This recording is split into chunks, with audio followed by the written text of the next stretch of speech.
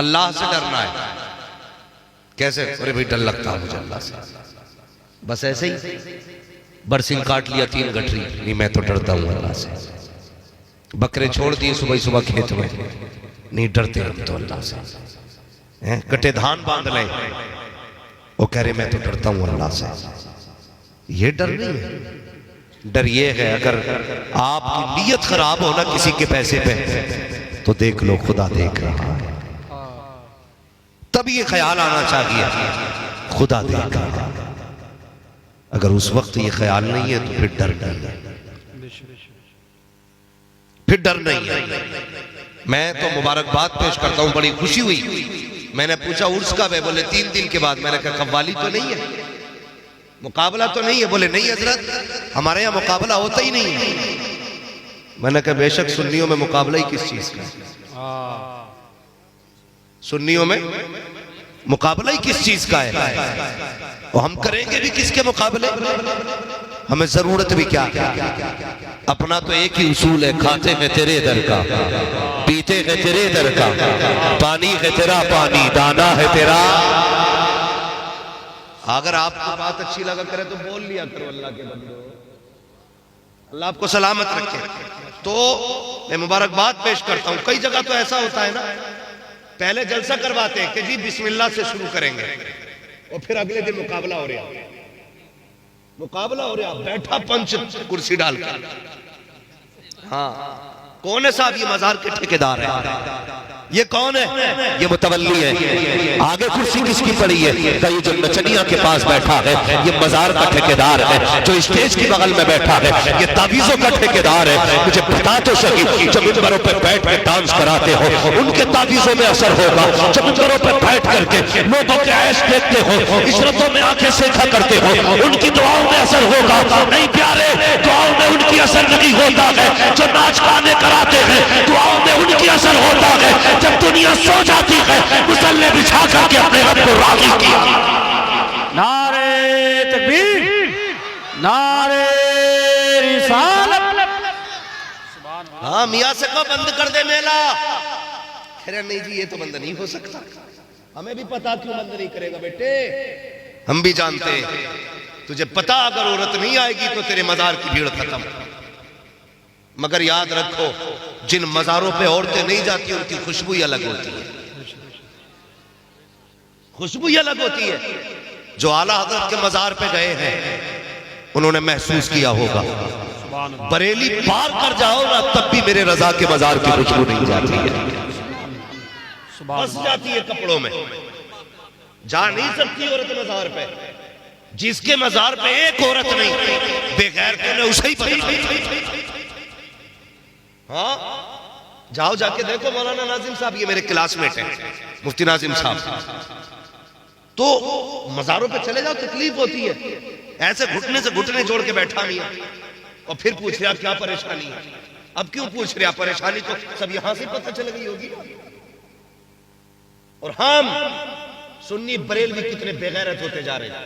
कोई वहां भी ना समझे पक्का बरेलवी, लेकिन मैं आईना को दिखाऊंगा दाग चेहरे के, जिसे खराब लगे सामने से। तकलीफ की बातें हम कहने को गैरतमंद कहलाते लेकिन सबसे बेगैरत होते जा रहे हैं। एक कह रहा जी मेरी बीवी ने चादर मांगी थी मजार पे, भेज दूं? मैंने कहा बीवी तेरी मुझसे क्यों पूछ रहा बे? मालिक क्यों है? नहीं मैं इसलिए पूछ रहा हूँ औरत जा सकती है? नजर मानी थी, अगर बेटा फिर बीमार हो गया तो क्या होगा? मैंने कहा तुझे शर्म नहीं आई? तेरी बीवी को चादर याद रह गई थी, तेरी बीवी को भगोना याद रह गया था, तेरी बीवी को मजार की बिरयानी याद रह गई थी, क्या ये याद नहीं आया? कम से कम नजर मान रही थी तो ये कह देती या अल्लाह बेटे को शिफा दे दे, तेरे लिए 10 रोजे रखूंगी, बेटे को शिफा दे दे, तेरे लिए 10 रकात नमाज पढ़ूंगी, बेटे को शिफा दे दे, 3 बार कुरान का इख्तिताम करूंगी। क्या ये अच्छा होता अगर तेरी बीवी ने 10 बार दुरूद की नजरमानी होती, कहीं जाने की जरूरत न पड़ती, घर पे बैठे बैठे बेटा भी शिफायाब हो जाता और तेरी बेटी भी जन्नत की हकदार बना दी। सुभान अल्लाह, सुभान अल्लाह, जिंदाबाद। लेकिन बिया होकर सबसे पहले लेके जा रहे हैं मजारों पर, सबसे पहले कि सलाम करवा लो। फला बाबा के मजार पे, फला बाबा के मजार पे। शर्म आनी चाहिए। मुझे बताओ तो सही, दुनिया में सबसे अच्छी जगह कौन सी है? सारे बोले कौन सी अच्छी जगह है सबसे? जो बोल गए अल्लाह उन्हें सलामत रखे। जमीन पे सबसे अच्छी जगह मस्जिद है। इससे भी अच्छी जगह कोई है?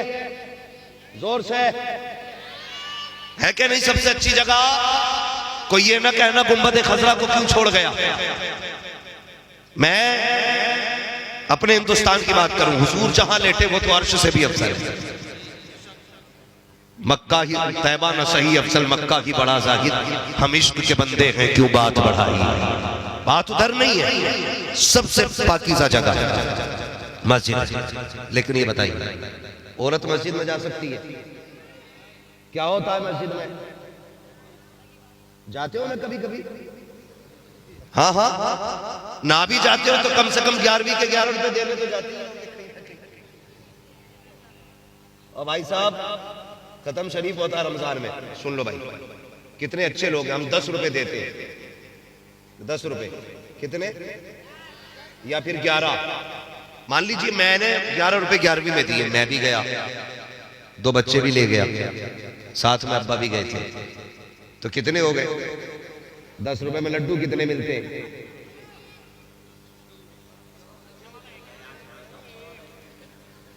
हिसाब लगा लेना। बहुत ज्यादा मिलेंगे तो 3। और गए कितने घर से? पैसे कितने आए? 10 या 11। और फिर जा रहे हो, 3 एक लड्डू के पैसे दिए, लड्डू पड़ गए कम, तो क्या कहते हैं इमाम साहब पैसे बचा लिए थे क्या? हिसाब करो इमाम का। मेरे लल्ला को लड्डू नहीं मिले, पहले हिसाब लगाता।